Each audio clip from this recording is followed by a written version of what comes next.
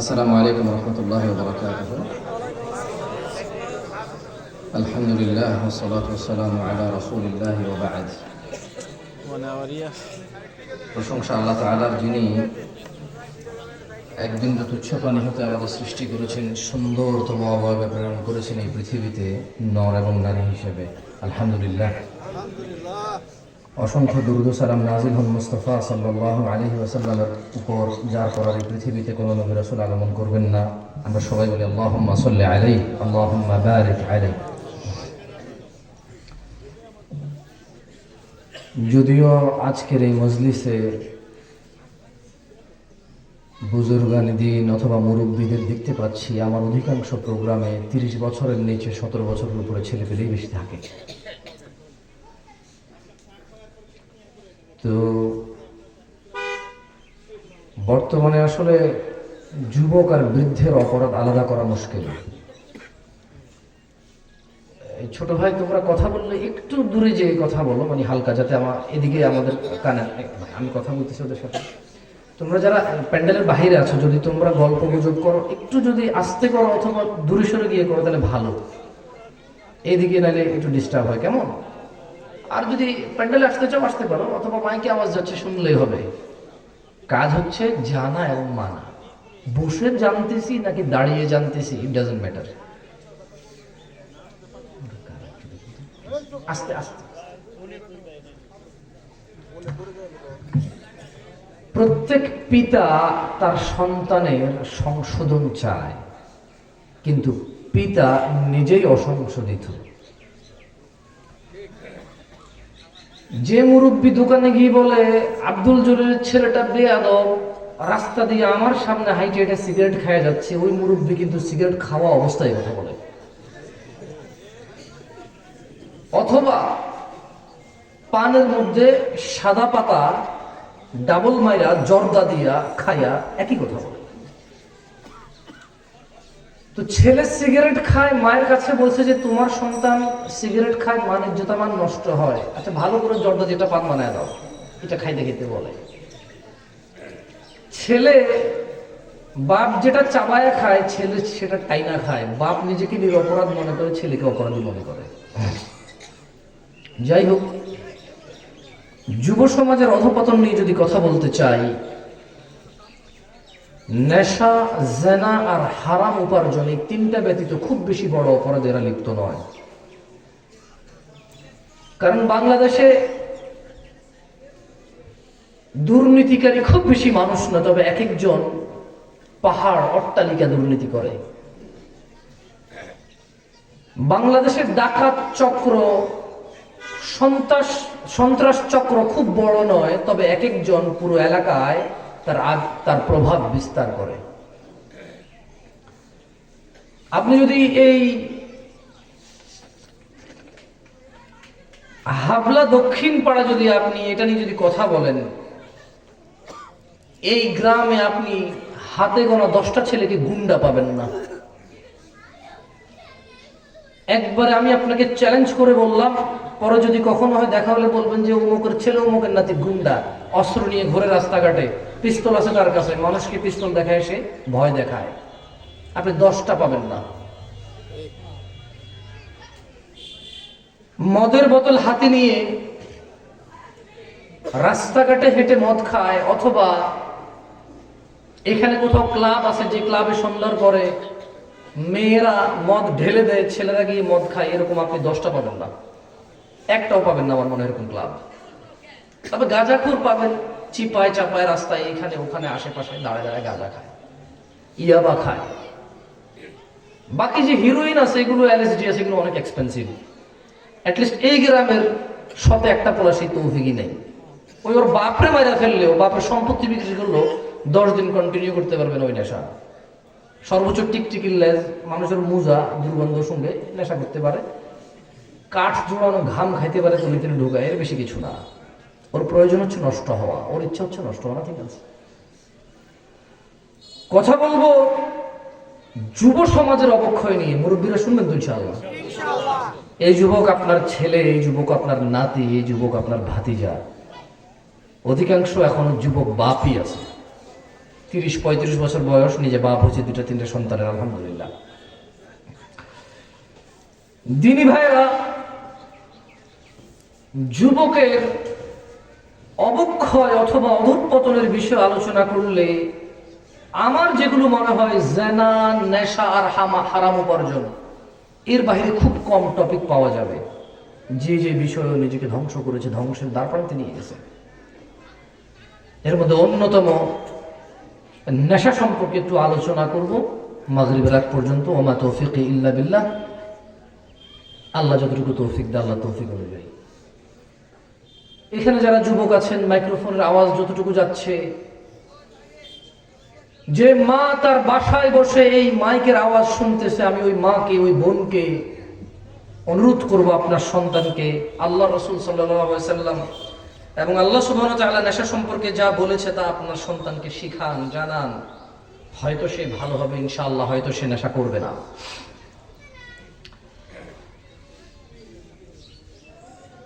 ইসলাম সব ধরনের মাদক দ্রব্যকে নিষিদ্ধ করা সত্ত্বেও ধর্মীয় মূল্যবোধ হারিয়ে 90% মুসলমানের দেশে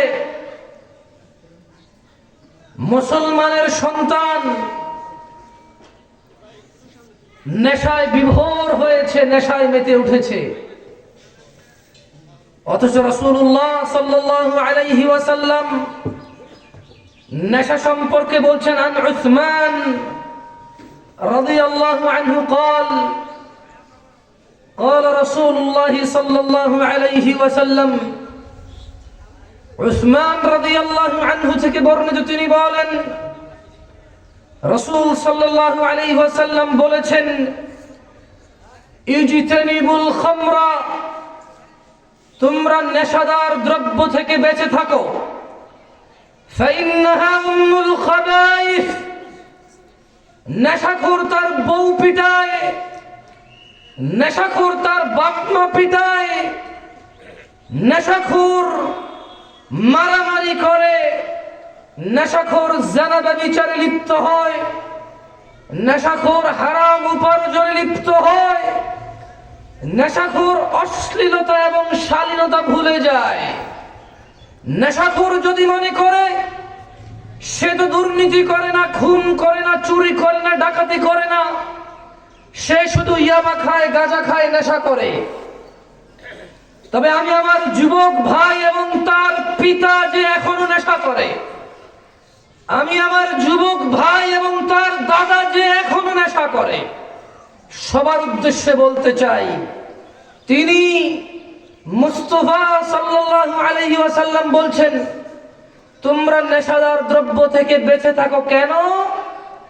ফাইন্নাহা উম্মুল খাবাইস, কারণ নেশা হচ্ছে সকল অশ্লীল কর্মের মূল।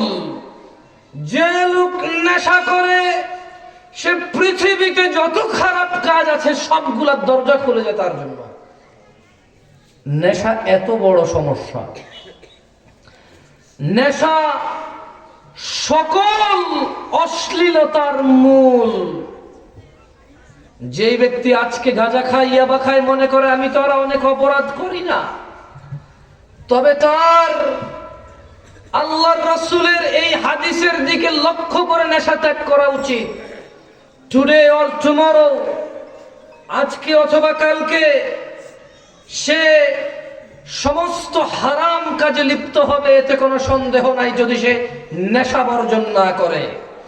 দেখুন দিনী ভাইয়েরা, যারা নেশা করে তারা সবাই নিশ্চিতভাবে জানে নেশায় কোনো কল্যাণ নেই, নেশায় কোনো উপকার নেই।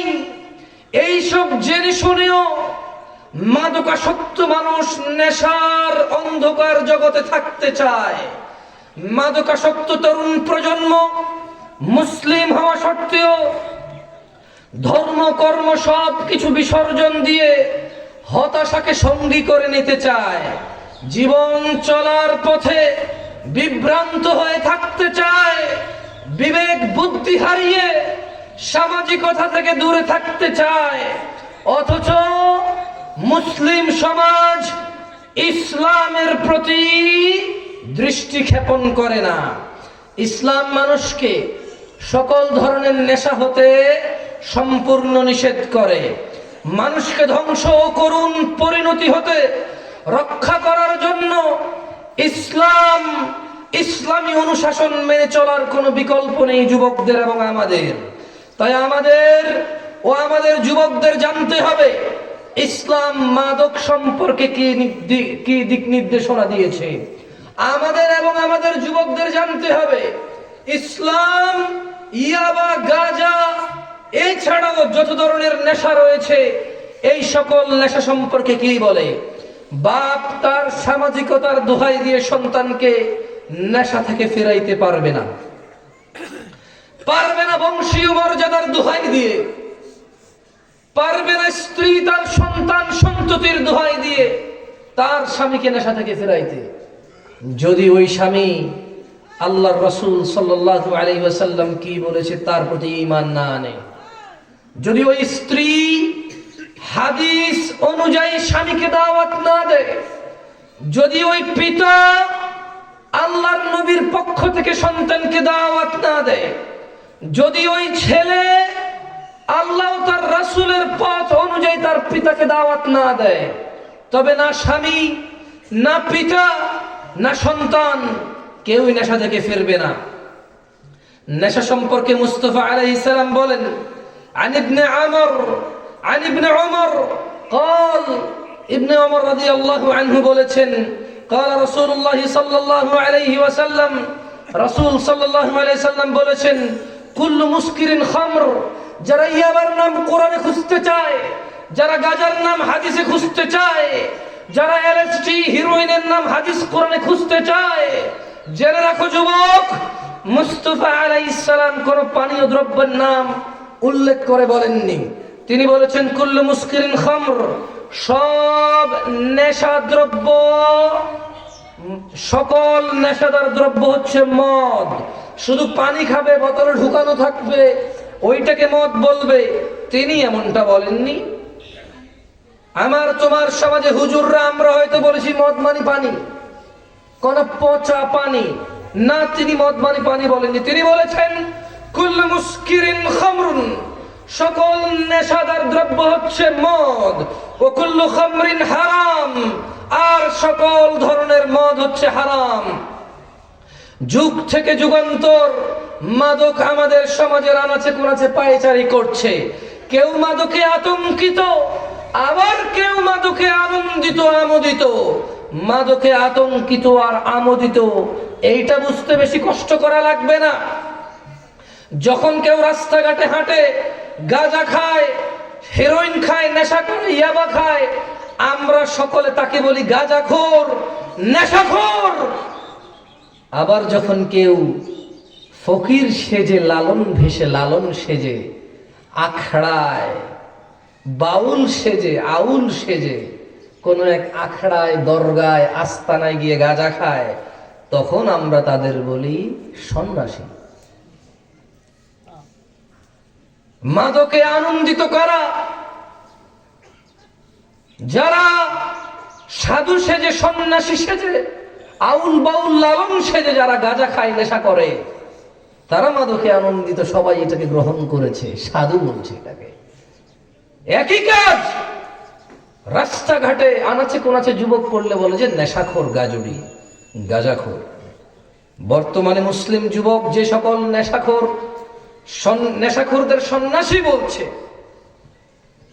বর্তমান সমাজে আমাদের মুসলিম যুবকরা যেই সকল নেশাখোরদের সন্ন্যাসী বলছে, এমন নেশাখোরদের সম্পর্কে মুস্তাফা আলাইহিস সালাম কি বলছে আপনাদের কি জানিয়ে দেব? বলবো। দেখেন, জান্নাত জাহান্নামের আলোচনায় বেশি আনন্দ লাগে। আমি কিন্তু পারি সুবহানাল্লাহ বললে আসমান জমিন পূর্ণ হয় নেকিতে, আলহামদুলিল্লাহ বলে থামলাউল মিজান, মিজানের পাল্লা ভারী হয়, ফজরের 2 রাকাত সুন্নত পড়লে দুনিয়া থেকে উত্তম কিছু পাওয়া যায়, নেক স্ত্রী দুনিয়ার যা আছে তার থেকে বেশি উত্তম, একবার দুরূদ পড়লে 10 নেকি হয়, 10টি রহমত হয়, 10টি গুনাহ ক্ষমা হয়, 10টি মর্যাদা বৃদ্ধি পায়। আমি কিন্তু এগুলা পারি। ইশরাকের নামাজ ফজরের পরে যে মসজিদে বসে থেকে সূর্য উদয়ের পরে 2 রাকাত বা 4 রাকাত নামাজ পড়বে, সে মুস্তাফা আলাইহিস সালামের সাথে উমরা করার সওয়াব পায়। আমি কিন্তু এগুলো পারি। যে ব্যক্তি ফজরের 2 রাকাত সুন্নত, যোহরের আগে 4 পরে 2 মোট 6 টোটাল 8, মাগরিবের পরে 2, ইশার পরে 2 টোটাল 12 রাকাত সুন্নতে রাতিবা বা মুআক্কাদা পড়ে, তার জন্য আল্লাহ জান্নাতে ঘর বানায়। আমি কিন্তু এগুলো বলতে পারি। আমি কিন্তু বলতে পারি যে আল্লাহর ঘর নির্মাণ করবে দুনিয়াতে, আল্লাহ তার জন্য জান্নাতে ঘর নির্মাণ করবে। আমি কিন্তু এগুলো জানি, কিন্তু এগুলো আপনাদের মজা লাগে শুনতে, শোনা উচিত, জানা উচিত। তবে নেকির আলোচনা, জান্নাত জাহান্নামের আলোচনা সবার ভালো লাগে, কিন্তু জান্নাত নষ্ট হয় কি কাজে, জান্নাত পাওয়া যাবে কি ছাড়লে, তা শুনতে কারো মজা লাগে না। সন্ন্যাসী যাদের বলছেন, গাঁজাখোর নেশাড়ীদের, স্মার্ট নেশাখোর উপার্জিত যুবকের কাছে কন্যা দিয়ে দিচ্ছেন, মার কোনো আপত্তি নেই, বাপের কোনো আপত্তি নেই, 2 লাখ টাকা বেতন পায়, 50,000 টাকা বেতন পায়, বিজনেস করে 50-60,000 1 লাখ টাকা কামায়, ছেলে নেশা করে, মদ খায়, সিগারেট খায়, মা বাপের কোনো আপত্তি নেই। কারণ কি? রাস্তাঘাটে মারামারি করে না, কাউকে গালিগালাজ করে না, বলে যে ভদ্র। সিগারেট খায় কি খায় ভাই আমি কোনো দেখি না, বেশি জীবনে তো পুরোটা ভদ্র। 1 ওয়াক্ত সালাত আদায় করে না, সমাজে তাকে ভদ্র বলে। ইসলাম তাকে কাফের বলে, সমাজ তাকে ভদ্র বলে। শুনুন, মুসলিম হিসেবে আমাদের জানা কর্তব্য যে নেশা সম্পর্কে আল্লাহ রাসূল সাল্লাল্লাহু আলাইহি ওয়াসাল্লাম কি বলেছে। আপনারা শুনলে অবাক হবেন। একটা হাদিস বলি, এটা মুখস্থ করবেন। একদম ছোট্ট, বিশেষ করে মানে এই যে ওয়াল মুরসালাতি উরফা ফাল আসিফাতি আসফা, এত ছোট 2 আয়াত, 2 আয়াতের সমান, আরো ছোট হবে। ওয়াল আসর ইন্নাল ইনসানা লাফি খুসর, এর থেকে ছোট। মুখস্থ করবেন তো বলেন আমার সাথে, আন, জোরে বলেন। মক্তবে পড়ছেন? কারা কারা মক্তবে পড়ছেন হাত তোলেন তো। মক্তব, মক্তব ছোটবেলায় ফজরের পরে কোরআন শিখতে যাই আমরা, ঠিক আছে। তো প্রথম লাইনটা বড়, কিন্তু এটা হাদিসের লাইন না, এটা বর্ণনাকারী, এটা আপনার মুখস্থ হয়ে যাবে 1 সেকেন্ড ইনশাআল্লাহ। বলেন, আন আবি হুরায়রা রাদিয়াল্লাহু আনহু قال, বিমান যাইতেছে তো মনে বুঝেন না, ওটা যাক, তারপর বলি, তাহলে বলবেন। কি বিমান যায় না ট্রাক্টর যায়? লা ইলাহা ইল্লাল্লাহ, হ্যাঁ আমি বুঝতেছিলাম। বলেন, আন আবি হুরায়রা রাদিয়াল্লাহু আনহু قال, না না না, ঠান্ডায় তো জমে গেলে চলবে না, যতক্ষণ জোরে না বলবেন বক্তব্য আগাবে না। বলেন, আবু হুরায়রা রাদিয়াল্লাহু আনহু থেকে বর্ণিত, তিনি বলেন, আল্লাহর নবী সাল্লাল্লাহু আলাইহি ওয়াসাল্লাম বলেছেন, মুদমিনুল খামরি, এটুক মুখস্থ করেন, এটা হচ্ছে হাদিস। কেমন? আগে কি হচ্ছে বর্ণনা করেন, সবাই জোরে বলেন। মুদমিনুল খামরি, সর্বদা নেশাকারী। মুদমিনুল খামরি, সর্বদা নেশাকারী। জোরে, মুদমিনুল খামরি, সর্বদা নেশাকারী।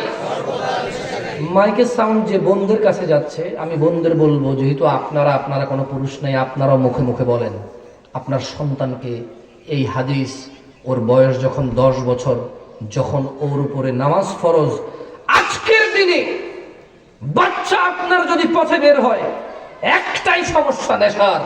এই ভয় আপনি বাচ্চা কোথাও দিতে পারেন না, অন্য কোনো ভয় নেই আপনার। ও প্রথমে নেশা করে, তারপরে প্রেম করে, জানা করে প্রেমের নাম দিয়ে, তারপরে ও ধ্বংস হয়, ওর রিজিক নষ্ট হয়, সম্মান নষ্ট হয়, ইজ্জত নষ্ট হয়, ওর ক্যারিয়ার নষ্ট হয়, ওর জীবন এক দুঃখে, এক অজানা ওর স্যাডনেস ওর ভিতরে তৈরি হয়। কেন? ও অমুক মহিলাকে পছন্দ করছে, তমুক মেয়েকে পছন্দ করছে, বিয়ে হয় নাই, বিয়ে করতে পারে নাই, এক অজানা কষ্ট নিয়ে সারা জীবন বহন করে। জানাকে প্রেম বলে, এই নেশা করার পরে বিবেক বুদ্ধি কাজ করে না। বলেন, মুদমিনুল খামরি, মুদমিনুল খামরি। জোরে বলেন, কি এত শব্দটা মুখস্থ করা বলে, একটা না করা। বলেন, সিগারেট খান সুবিধা নেই, আপনার সমস্যা কি? মুখস্থ করেন, দেখেন মুখস্থ করার পর হাদিস কাজে আসে কিনা। আমি কয়ে চলে যাবো, আপনাদের লাভ আছে কোন? হ্যাঁ, আপনি জানেন কত কষ্ট করে আমি আর মাহমুদ ভাই আসছি। আমরা যখন এয়ারপোর্টের পরের ব্রিজে উঠছি, মোটামুটি 1 ঘন্টা প্লাস আমরা একই জায়গায় দাঁড়ানো। তো মাহমুদ ভাইয়ের গাড়িটাকে আমি বলছি তুমি চলে যাও, আমি আর মাহমুদ ভাই একসাথে একটু কথা বলতে বলতে যাবো, আমার গাড়িতে মাহমুদ ভাইয়ের আমি চলে আসতেছি। তো মাশাআল্লাহ মাহমুদ ভাইয়ের গাড়িটা কেমনে কেমনে আগে ওই আন্দোলন শুরু হওয়ার আগে পাস হয়ে গেছে। আমাদের গাড়িটা আমরা কুড়িলের জ্যামে পাস হইতে পারি নাই। এখন 1 ঘন্টা একই জায়গায় দাঁড়িয়ে থাকার পরে একটু একটু চলে হালকা, খুবই সামান্য। ধরেন আমরা টোটাল 1 ঘন্টায় মনে হয় 1 কিলোমিটারের 5 ভাগের 1 ভাগে যেতে পারি নাই, মানে 200 মিটার। তো আমি মাহমুদ ভাইকে বললাম যে ভাই আপনি একটু আপনার ড্রাইভারটাকে ফোন দেন, সে কই আছে। সে বললো যে শেখ আমরা তো আর এই বক্তব্যে পৌঁছাইতে এই সর্বোচ্চ এখানে 20-22 মিনিট দেখাচ্ছে বা 30 মিনিট দেখাচ্ছে। আমি বললাম যে ভাই ওকে বলেন ওখান থেকে ফিরে এসে গাজীপুর চৌরাস্তা অথবা চন্দ্রা এসা দাঁড়াইতে। ওই ফাঁকেও আমরা বললাম যে জ্যাম কিসের, বলে যে আমি পার হয়ে গেছি, আন্দোলন শুরু হয়েছে। এই কথা বলছেন। আমি শেখ মাহমুদকে বললাম যে শেখ আন্দোলন যেহেতু 4 বসে থাকলে আপনি হাঁটি চলেন, এই ব্রিজের উপর থেকে আমরা দুজন নাই না, আমি কোনো শীতের কাপড় নিয়ে এসে না, গাড়িতে ঠান্ডা লাগে না। আমিও শেখ মাহমুদ হাইটা হাইটা হাইটা হাইটা পুরো ব্রিজের নিচে নামে দেখি যে এখানে ব্লক করে রাখছে পুলিশে, এর সামনে ছেলেরা আন্দোলন করতেছে। তো ছেলেগুলোর আমি প্রথমে চিন্তা করতাম আন্দোলন এটা ইসলাম সাপোর্ট করে না, ইসলাম ইসলামের মতোই, কিন্তু আসলে কি করব বলেন। দেখলাম যে যেই এই দেশের সরকারে বসে সেই নির্লজ্জতার সর্বোচ্চ চূড়ায় পৌঁছে যায়। মানে এই দেশে এখন পর্যন্ত যেই সরকারে বসে সে নির্লজ্জ হয়ে যায়। যেমন ধরেন আপনি আমার কাছে টাকা ধার চাইবেন, ভাই থাকলে 2000 টাকা দিস। আমি বললাম যে নাই। আচ্ছা নিয়েন পরে, আচ্ছা দিনু। এখন আপনার ডেট ঘনায় আসছে, আপনার কাজ, আপনি বললেন যে কিরে ভাই তুই যে করে 2000 টাকা দিবি বা আপনি যে বললেন দিবেন। আমি বললাম আচ্ছা নিয়েন। এরপর আবার আপনার এই জরুরি কাজ চলে আসছে, বললেন যে ভাই দিলে ক না দিলে ক, খালি ঘুরাইতে সুস্কে। আমি বললাম যে আরে এই টাকাটা তো ছিল, একটু এই একটা সমস্যার জন্য দিতে পারলাম না। বলেন তো এই লোকটা কি আর ধার চাইবে আমার কাছে? কিন্তু আমরা প্রত্যেকটা খুনের বিচার চাই নির্লজ্জের মতো, আমরা লজ্জা পাই না। এই সরকার এগুলো করতে পারে না বিচার। একটা সরকার তো লজ্জা থাকা উচিত যে তার জনগণ একটা খুনের বিচার চাওয়ার জন্য রাস্তায় নামবে। সরকার তো বোঝা উচিত ও নামতেছে কেন, because they don't believe you. এই ছেলেগুলো বিশ্বাস করতে পারতেছে না যে তুমি বিচার করবা, কারণ এই বিচারের আগে আরেক বিচারের জন্য চাইছে, ওই বিচারের আগে আরেক বিচারের জন্য চাইছে, ওই বিচারের আগে আরেক বিচারের জন্য চাইছে। এর আগে মহিলা ছিল সরকার, তাকে আম্মা ডাকছে, তারপরও কাম হয়নি। এখন তুমি এসো, তোমার আব্বা ডাকলেও কাম হবে না, এটা ওরা জানে। আগে যিনি সরকার ছিলেন ওনাকে বলছে উনি আমাদের মা, জননেত্রী মা, আপনি বিচার করেন। আমি কোনোদিন শুনি নাই যে অমুকের 12 বছরের শিশুকে ধর্ষণ করেছে আর ওর ফাঁসি হয়েছে বা মৃত্যুদণ্ড হয়েছে। 12 বছরের শিশুকে ধর্ষণ করে মেরে ফেলছে, মেরে ডোবায় ফেলে দিছে। নিউজে শুনলাম না যে 6 মাসের মাথায় বিচার হয়ে গেছে, 2 মাসের মাথায় বিচার হয়েছে, ইভেন 1 বছরের মাথায় বিচার হয়েছে। আমি শুনলাম না মগবাজার একটা লোককে পাথর দিয়ে এইভাবে আনন্দ উচ্ছ্বাস করে করে মেরে ফেলছে। 1টা বছর হয়ে গেল শুনলাম না যে হত্যাকারীদের হত্যা মৃত্যুর রায় হয়েছে, তাদের শুনলাম না। মানে সিসিটিভি আছে, কে পাথর মারতেছে দেখা যায়, বিচার শুনলাম না যে হয়েছে। এইভাবে হত্যাকারীদের কখনোই বিচার হচ্ছে না। আমরাও নির্লজ্জের মতো চাইতে থাকি বিচার, বিচার হয়নি। এখন ওই যে আব্রাম ছেলেটাকে মেরে ফেলছিল, এগুলো আমি নাম জানি কেন, কারণ নিউজ আসছে তাই। তবে এরকম না, প্রতিনিয়ত কেউ না কেউ খুন হয়। এখানে লাশ পাওয়া যায়, ওখানে লাশ পাওয়া যায়। আপনাকে মনে করেন না, ধরেন একটা লোক আওয়ামী লীগ, এই গ্রামে আওয়ামী লীগ থাকতে পারে না, ওর যদি কেউ খুন করে ফেলে ওই খুনিকে মারতে হবে। মনে কষ্ট নিন না আপনারা, আপনারা তো মানে সবাই খারাপ বলে যে আমি এরকম না। যেই অপরাধী সে যে দলেরই হোক সে অপরাধী, আর যে যতটুকু অপরাধী তার বিচার ততটুকু হবে, এর বেশি বিচার হবে না তার। যে যতটুকু অপরাধী তার ততটুকু বিচার হবে, এর বেশি বিচার হবে না। চোরকে মেরে ফেলা যাবে না গণজ পিটুনি দিয়ে, কারণ চুরির শাস্তি মৃত্যু না। আমি বুঝতে পারছি না, পারি নাই। সো কি বলবো আল্লাহি। তো আমরা হেঁটে হেঁটে হেঁটে হেঁটে এখন বাইক চিন্তা করছি হুন্ডায় উঠে যাব। আমি আর শেখ মাহমুদ একবার চিন্তা করলাম যে না যাই, নাইলে থাক যাই বা যাইতে পারবো না, হুন্ডায় মাহফিল পাবো না, দিনের বেলা মাহফিল। পরে আবার চিন্তা করলাম যে না, প্যান্ডেল করছে, মাহফিল করছে, মানুষজন আসবে, আমাদের দুইজনের কষ্টে এতগুলো মানুষের যদি কষ্ট কমে যায় আলহামদুলিল্লাহ, খায় চলেন। হুন্ডা থামাতে লাগলাম, এক লোক চিনছে, সিনা বলে যে কই যাবেন? বললাম যে ভাই কই যাবো জানি না, তবে টাঙ্গাইল যাবো। আপনি কটুক যাবেন? আমি তুরাগ পর্যন্ত যাব, মানে উত্তরার পরে। ওই লোকের হুন্ডা আমি আর মাহমুদ ভাই উঠছি। এখন ওই যে সামনে যে আন্দোলন, যাইতে দিবে না। তা আমি বললাম যে কি অবস্থা ছোট ভাই? একটা ছেলে চিনছে, আলহামদুলিল্লাহ আমাদেরকে চিনে বলেছে। আমি বলে দেখো গাড়ি টাড়ি ছাইলে ঠান্ডার মধ্যে বাইকে উঠছে, একটু পার করে দাও না ভাই। ওই আরো 3-4টা পোলাপান নিয়ে দৌড়ে এই সর সর সর সর, আলহামদুলিল্লাহ একটু জায়গা করে দিছে। বাইকটা নিয়ে পার হওয়ার পর ওই লোক তুরাগে পর যাবে না, উঠছি এক সিএনজিতে। লা ইলাহা ইল্লাল্লাহ। আমরা তো তার মধ্যে আসি না, সিএনজি পাইছি, উঠে গেছি। এই সিএনজি কে অটো রিক্সা পার করে চলে যাচ্ছে। এটা সাউন্ড ভিতরে চলে না। সুবহানাল্লাহ। ওই যে অবাগা যেদিকে যায় সমুদ্র শুকিয়ে যায়। আমি বললাম শেখ মাহমুদ কি হচ্ছে? ওই পার হয়ে গেল, আমরা দুইজন যে গাড়িতে আছি এই গাড়িতে আটকা পড়লো। হাইটা হাইটা আসলাম, হুন্ডায় উঠলাম, এখন নামলাম। বললাম যে চাচা আপনার সিএনজি যদি না চলে আমি কিন্তু নেমে যাবো, নেমে আরেক সিএনজিতে উঠে যাবো। কারণ মানে যদি রিক্সাগুলো না যেত আমি কিন্তু বুঝতাম না যে আসতে চলে। যখন অটো রিক্সাগুলো যখন পার করে চলে যায় তখন তো মনটা খারাপ লাগে। কি সিএনজিতে উঠলাম, অটো রিক্সা পার করে চলে যাচ্ছে। ওকে শেখ মাহমুদের, শেখ মাহমুদ বলে যে আমার সাথে বহুবার হয়েছে এরকম, এটা পুরান সিএনজিটা চলে না।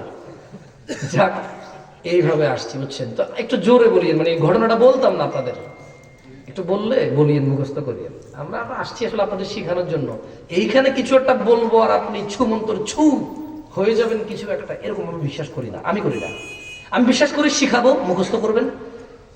জীবনের কোন এক মোড়ে যেদিন ফিরতে মন চায় রবের প্রাণে, রবের পানে, যেদিন ফিরতে মন চায় জান্নাতের পানে, যেদিন সংশোধন হওয়ার ইচ্ছা জাগে, সেদিন আজকের এই মুখস্থ করা ইলম কাজে আসবে ইনশাআল্লাহ।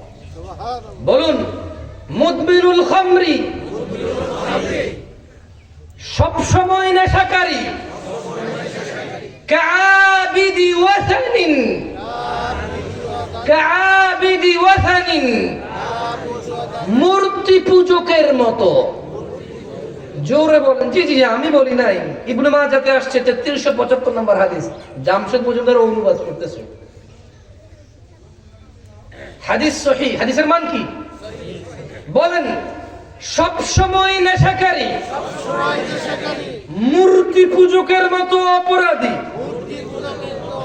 সব সময় নেশাকারী, মূর্তি পূজকের মতো অপরাধী। কি ডর লাগে গাঁজা খানির জন্য? কোন আমরা সমস্যা কি? গাঁজা খাইলে খাইছেন আর কি, খাইলে খাইবেন আর কি। হাদিস মুখস্থ করেন, সমস্যা কোন? জন্ম নিবন্ধে বাপের নাম লেখেন না, বাপকে হয়তো মারতে যান, বাপের হয়তো খোঁজ নেন না, কিন্তু জন্ম নিবন্ধনে কার নাম লেখেন? তো সমস্যা নেই, নেশা করবেন, করতেছেন করবেন, মুখস্থ করেন, সমস্যা নাই তো। বলেন মুদমিনুল খামরি, সর্বদা নেশাকারী, কাআবিদি ওয়াসানিন, মূর্তি পূজকের মতো অপরাধী। আল্লাহ আমাদের বোঝার তৌফিক দান করুন, আমিন। রাসূল সাল্লাল্লাহু আলাইহি সাল্লাম নেশাকারীর শাস্তির বিষয় বলেছেন। عن أبي الدرداء عن النبي صلى الله عليه وسلم قال, আবি দারদা রাদিয়াল্লাহু আনহু থেকে বর্ণিত, তিনি বলেন রাসূল সাল্লাল্লাহু আলাইহি সাল্লাম বলেছেন, লা ইয়াদখুলুল জান্নাতা মুদমিনু খামরিন, সর্বদা নেশাকারী জান্নাতে প্রবেশ করবে না। তিনি মুস্তাফা সাল্লাল্লাহু আলাইহি ওয়াসাল্লাম আরো বলেছেন, عن عمار بن ياسر رضي الله عنه قال, قال رسول الله صلى الله عليه وسلم, عمار بن ياسر رضي الله عنه থেকে বর্ণিত, তিনি বলেন রাসূল সাল্লাল্লাহু আলাইহি ওয়াসাল্লাম বলেছেন, সালাসাতুন লা ইয়াদখুলুনাল জান্নাতা আবাদা, তিন শ্রেণীর মানুষ কখনো কসমিন কালেও জান্নাতে প্রবেশ করবে না। আদ-দায়ুস, যেই ব্যক্তি নিজ পরিবারে বেহায়ার সুযোগ করে দিয়েছে, মানে মা বোরখা পরে হাঁটছে, মেয়ে স্কুল ড্রেস পরে ঘুরছে। বোঝেন নাই কথা? বেড়াইতে যাচ্ছে, ক্লাস 9-এর মেয়ে জামা পরে ড্যাং ড্যাং করে লিপস্টিক লাগিয়ে চলতেছে, মা বোরখার উপরে জাম্পার উপরে হিজাবের উপরে নিকাব, বাপ আবার পাঞ্জাবি পরছে, আবার টাকনুর উপরে পড়ছে, দাঁড়িয়ে আছে আশ্রয়া বাইক চালাচ্ছে। মা মধ্যখানে বসছে, মেয়ে হুন্ডার পিছনে বসছে, ক্লাস 9-10-এ পড়ে, বোরখা পরে নাই, পর্দা করে নাই। বাপ নিয়ে যাচ্ছে মেয়েকে, বাপ বলতেছে যে তোর ভাতিজি হ্যাঁ এবার নাচে প্রথম হয়েছে, দোয়া করিস।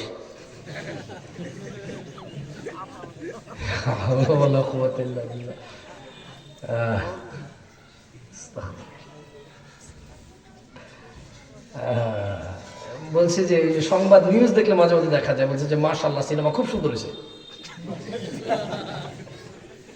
আল্লাহ নাকি চাইছে এই জন্য নাকি সুন্দর হয়েছে সিনেমা। তো মাশাআল্লাহ অর্থ কি? আল্লাহ চাইলে। সিনেমার নায়ক বলতেছে যে ইনশাআল্লাহ এবার সিনেমা হল ফুল হয়ে যাবে। নায়িকা বলতেছে যে শালীন ছবি, কেন উনি উলঙ্গ হয়নি, জাস্ট জাঙ্গা পরে নিয়েছে সে সমুদ্র পাড়ে। জি কি আমি বলতেছি নাকি? এই যে নিউজ আপনি দেখবেন ওখানে আসে, ছেলেপেলেরা আবার আমাকে ইনবক্সে পাঠায় যে ইনাকে কিছু বলেন। আরে ভাই ওনাকে কি বলবো আমি, বলেন। ওনাকে আমি পাইলে না বলতাম, আপনি পাইছেন আপনি বলেন, আপনি ওনার সিনেমা দেখতে গেছেন আপনি বলেন। আর আপনি সিনেমা দেখতে যে বলবেন কি নিজের পাশা নয় মন মানুষের পাশা দিতে করবেন? কয় ব্যক্তি জান্নাতে প্রবেশ করবে না?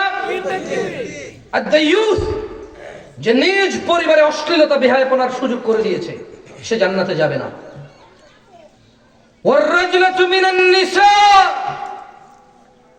পুরুষের ভেষধারী নারী বেড়ার মতো সাজে, হাঁটাচলা করলে বোঝা যায় না বেড়া না বেড়ি। ওয়ামুদমিনুল খামরি, নিয়মিত নেশাদার দ্রব্য পানকারী জান্নাতে যাবে না। তিনি সাল্লাল্লাহু আলাইহি ওয়াসাল্লাম আরো বলেন, عن ابي الدرداء عن النبي صلى الله عليه وسلم قال, আবু দারদা রাদিয়াল্লাহু আনহু থেকে বর্ণিত তিনি বলেন রাসূলুল্লাহ সাল্লাল্লাহু আলাইহি ওয়াসাল্লাম বলেছেন, লা ইয়াদখুলুল জান্নাতা মুদমিনু খামরিন, সর্বদা নেশাদার দ্রব্য পানকারী জান্নাতে যাবে না। তিনি সাল্লাল্লাহু আলাইহি ওয়াসাল্লাম আরো বলেন, আনি আব্দুল্লাহ ইবনে উমর রাদিয়াল্লাহু আনহু قال عن النبي صلى الله عليه وسلم, আব্দুল্লাহ ইবনে উমর রাদিয়াল্লাহু আনহু থেকে বর্ণিত তিনি বলেন রাসূল সাল্লাল্লাহু আলাইহি ওয়াসাল্লাম বলেছেন, লা ইয়াদখুলুল জান্নাতা আকুন, লা ইয়াদখুলুল জান্নাতা আকুন, পিতামাতার অবাধ্যকারী জান্নাতে যাবে না। ওয়ালা কাম্মারুন, জুয়া ও লটারিতে অংশগ্রহণকারী জান্নাতে যাবে না। জুয়া ও লটারিতে অংশগ্রহণকারী জান্নাতে যাবে না। ওয়ালা মান্নানুন, উপকার করে খোঁটা দানকারী জান্নাতে যাবে না। ওয়ালা মুদমিনু খামরিন, এবং সর্বদা নেশাকারী জান্নাতে যাবে না। তিনি সাল্লাল্লাহু আলাইহি ওয়াসাল্লাম আরো বলেন, عن ابن عمر رضي الله عنه أن رسول الله صلى الله عليه وسلم قال, ابن عمر رضي الله عنه থেকে বর্ণিত তিনি বলেন রাসূল সাল্লাল্লাহু আলাইহি ওয়াসাল্লাম বলেছেন, সালাসাতুন قد حرم الله عليهم الجنة, তিন শ্রেণীর লোকের প্রতি আল্লাহ তাআলা জান্নাত হারাম করেছে। কয় শ্রেণী? কয় শ্রেণী? মুদমিনু খামরিন, সর্বদা মদ পানকারী, ওয়াল আক্কু, পিতামাতার অবাধ্যকারী সন্তান, ওয়াদ-দায়্যুসুল্লাযী ইউকাররিরু ফি আহলিহিল খাবাইস, পরিবারে বেপরদার সুযোগ দানকারী পুরুষ, অভিভাবক। এই তিন শ্রেণীর মানুষ কোথায় যাবে না? কোথায় যাবে না? তিনি সাল্লাল্লাহু আলাইহি ওয়াসাল্লাম আরো বলেন, عن ابي موسى الاشعري رضي الله عنه أن النبي صلى الله عليه وسلم قال, আবু মুসা আশআরী রাদিয়াল্লাহু আনহু বলেন রাসূল সাল্লাল্লাহু আলাইহি ওয়াসাল্লাম বলেছেন, সালাসাতুন লা তাদখুলুল জান্নাহ, তিন শ্রেণীর মানুষ জান্নাতে প্রবেশ করবে না। মুদমিনুল খামরি, সর্বদা নেশাদার দ্রব্য পানকারী, ওয়া কাতিউর রাহম, আত্মীয়তার সম্পর্ক ছিন্নকারী জান্নাতে যাবে না, ওয়া মুসাদ্দিকা বিস-সিহরি, জাদুকে বিশ্বাসকারী ব্যক্তি জান্নাতে যাবে না। লাগ ভেলকি লাগ, চোখে মুখে লাগ, দেখেন না আপনারা এগুলো? দেখেন নাকি দেখেন না? বাজারে আসে নাকি আসে না? বলছে যে যারা এগুলো জাদু টোনা, এগুলোকে যারা মানে জাদু, এগুলো যারা বিশ্বাস করে তারা জান্নাতে যাবে না। জি নাউযুবিল্লাহ। আত্মীয়তার সম্পর্ক ছিন্ন করে জান্নাতে যাবে না।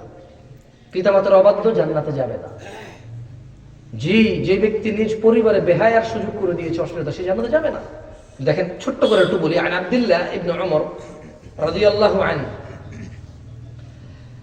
عن عبد الله بن عمرو رضي الله عنه، عبد الله بن عمرو رضي الله عنه থেকে বলেছেন, তিনি বলেন قال رسول الله صلى الله عليه وسلم, আল্লাহ রাসূল সাল্লাল্লাহু আলাইহি ওয়াসাল্লাম বলেছেন, من شرب الخمر وسكر لم تقبل له صلاة 40 صبحا। এটা একটু মজার একটা হাদিস বলি আপনাকে। যারা নেশা করে ওদেরকে আপনি এটা বলিয়েন, আর আপনি যদি নেশা করেন আপনি ওটা মনোযোগ দিয়ে শোনেন। খুব সুন্দর একটা হাদিস, হতে পারে আপনার জীবন বদলে যাবে এই হাদিসে। আগেরগুলো তো শাস্তি, কি করবে না করবে, এইখানে শাস্তি আর ক্ষমা দুইটা আছে। দেখেন আপনি নেবেন কিনা। আমি আমার বক্তব্য শেষ করে দেব, কারণ আমাকে যেতে হবে আবার নরসিংদী। কেমন? আব্দুল্লাহ ইবনে আমর রাদিয়াল্লাহু আনহু থেকে বর্ণিত, তিনি বলেন, আল্লাহ নবী সাল্লাল্লাহু আলাইহি ওয়াসাল্লাম বলছেন, যে ব্যক্তি নেশাদার দ্রব্য পান করবে আল্লাহ তার নামাজ 40 দিন কবুল করবে না। কয়দিন? কি কবুল করবে না? কে কবুল করবে না? আল্লাহ। হাদিস বর্ণনা করে সাহাবীর নাম কি? আব্দুল্লাহ ইবনে আমর। বলেন আমার সাথে, আব্দুল্লাহ ইবনে আমর। হাদিস বর্ণনা করে সাহাবীর নাম কি? কে কবুল করবে না? আল্লাহ। কি কবুল করবে না? নামাজ। কয়দিন? কার? যে নেশা করে। দেখছেন মুখস্থ হয়ে যাচ্ছে না এখন? আচ্ছা, আল্লাহ নবী সাল্লাল্লাহু আলাইহি ওয়াসাল্লাম বলেছেন, ওয়া ইন মাতা দাখালান নার, এই অবস্থায় যদি সে মারা যায় সে জাহান্নামে যাবে। ফাইন তাবা তাবাল্লাহু আলাইহি, তবে নেশা করার পর যদি সে তওবা করে আল্লাহ তার তওবা কবুল করবে। সুবহানাল্লাহ। ওয়া ইন আদা, তাহলে তওবা কবার করছে? একবার। নেশাকারী নেশা করছে, এই অবস্থায় 40 দিন তার নামাজ কবুল হবে না। এই অবস্থায় মারা গেলে কোথায় যাবে? কিন্তু সে যদি নেশা করার পর তওবা করে, তওবা কবুল করবে কে? আল্লাহ। আল্লাহ বলতেছে যে ওয়া ইন আদ, তওবা করছে, তওবা কবুল করছে কে? আল্লাহ। আল্লাহ বলছে এরপরে যদি সে আবার নেশা করে তাহলে আবার আল্লাহ তার কয়দিন নামাজ কবুল করবে না? মরে গেলে কোথায় যাবে? আল্লাহ বলছে ফাইন তাব, তারপরে যদি সে আবার তওবা করে তার তওবা কবুল করা হবে। তাআল্লাহু আলাইহি, আল্লাহ তার তওবা কবুল করবে। তাহলে কয়বার তওবা করলো? কয়বার নেশা করলো? কয়বার তওবা করলো? কয়বার নেশা করলো? দুইবার। এবার আল্লাহ বলছেন যে ওয়াইন আদ, যদি সে আবার নেশা করে কয়দিন আল্লাহ তার নেশা, তার ইবাদত কবুল, সালাত কবুল করবে না? কয়দিন? মারা গেলে কোথায় যাবে? জাহান্নামে। কিন্তু আল্লাহ বলছে যে মারা গেলে জাহান্নামে যাবে। আল্লাহ বলছে যে ফাইন তাব, তা যদি সে আবার তওবা করে তাহলে কয়বার তওবা করলো? কয়বার? কয়বার নেশা করলো? কয়বার তওবা করলো? আল্লাহ বলছে ফাইন তাব, যদি সে তওবা করে তাবাল্লাহু আলাইহি, আল্লাহ তার তওবা কবুল করবে। এবার আসেন চতুর্থবার, আল্লাহ বলছেন ওয়া ইন আদা কানা হাক্কান আলাল্লাহি ইয়াসকিয়াহু মিন রাদাগাতিল খাবালি ইয়াউমাল কিয়ামাহ। কয়বার নেশা করলো? কয়বার আল্লাহ ক্ষমা করলো? কিন্তু আল্লাহ বলছেন যে, আল্লাহ নবী বলছেন যে লোকটি যদি চতুর্থবার মদ পান করে কিয়ামতে আল্লাহ তাআলা তাকে রাদাগাতুল খাবাল পান করাবেন। সাহাবারা বললেন ইয়া রাসূলুল্লাহ ওয়া মা রাদাগাতুল খাবাল, হে আল্লাহর রাসূল, তিনবার আল্লাহর কাছে ক্ষমা চেয়ে, তিনবার ক্ষমা পেয়ে চতুর্থবার নেশাকারীকে যে আল্লাহ রাদাগাতুল খাবাল খাওয়াবে, পান করাবে, এটা কি? আল্লাহ নবী বললেন যে ক্বালা উসারাতু আহলিন নার, এই রাদাগাতুল খাবাল হচ্ছে আগুনের তাপে, বলেন আগুনের তাপে জাহান্নামীদের শরীর থেকে গলে পড়া রক্ত পুজ মিশ্রিত তরল পদার্থ।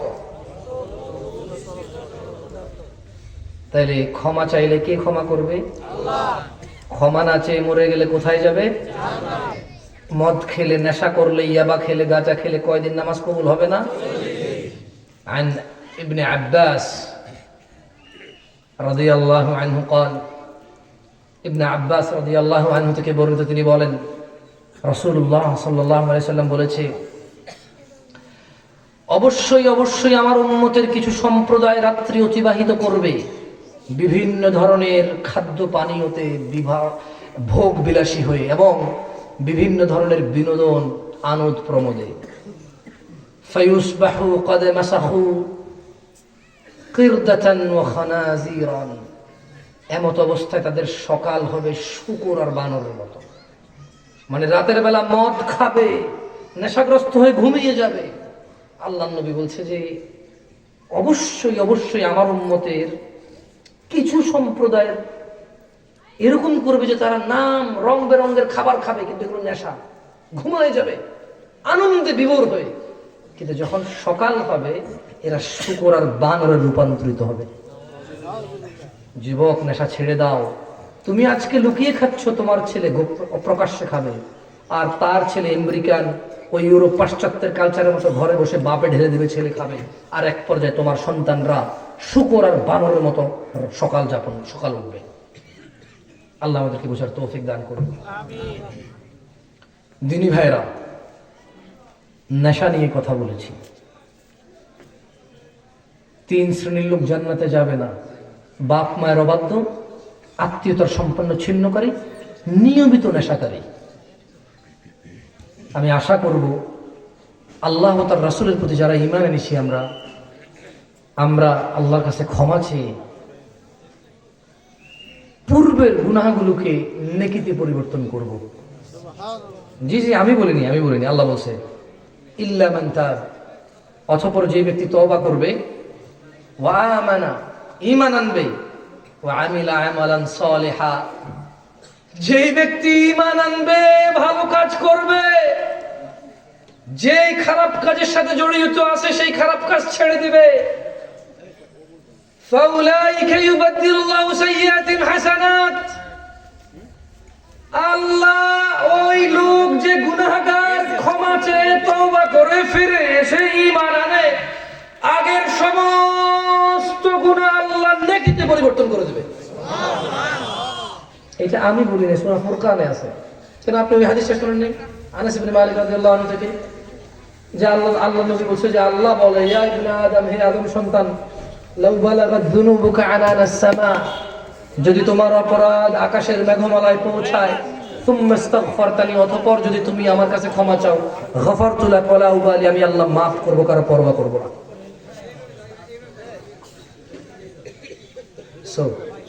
50 বছর, 60 বছর, 40, 35, 30, 20, 25 যা জীবন পার হয়েছে, নেশা বর্জন করে আল্লাহর কাছে ক্ষমা চেয়ে আল্লাহর দয়ায় জান্নাতের দিকে অগ্রসর হই। যদি আমরা না হই, আল্লাহ নবী সাল্লাল্লাহু আলাইহি ওয়াসাল্লাম বলেছে যে সোজা জাহান্নামে প্রবেশ করবে। আল্লাহ তাআলা আমাদের পূর্বের গুনাহগুলো ক্ষমা করুন। আল্লাহ তাআলা আমাদের নেশা থেকে আশ্রয় দান করুন। আমাদের যাদের নেশার অভ্যস্ত হয়ে গেছে, নেশায় যারা জর্জরিত হয়ে গেছে, আল্লাহ তাআলা আমাদের হিদায়াত দান করুন এবং তা থেকে মুক্ত হওয়ার তৌফিক দান করুন। আকুলু কওলি হাযা ওয়াস্তাগফিরুল্লাহ লি ওয়া লিসাইরিল মুমিনিন ফাস্তাগফিরু ইন্নাহু হুয়াল গফুরুর রহিম। আমি আল্লাহর কাছে ক্ষমা চাই আমার জন্য এবং আপনাদের জন্য। আল্লাহ আমাকে এবং আপনাদের ক্ষমা করুন। আপনারাও আপনাদের নিজেদের জন্য এবং আমার জন্য আল্লাহর কাছে ক্ষমা চাই। আল্লাহ আমাকে ক্ষমা করুন, আমার আপনাদেরকে ক্ষমা করুন। সুবহানাকাল্লাহুম্মা ওয়া বিহামদিকা আশহাদু আল্লা ইলাহা ইল্লা আনতা আস্তাগফিরুকা ওয়া আতুবু ইলাইক।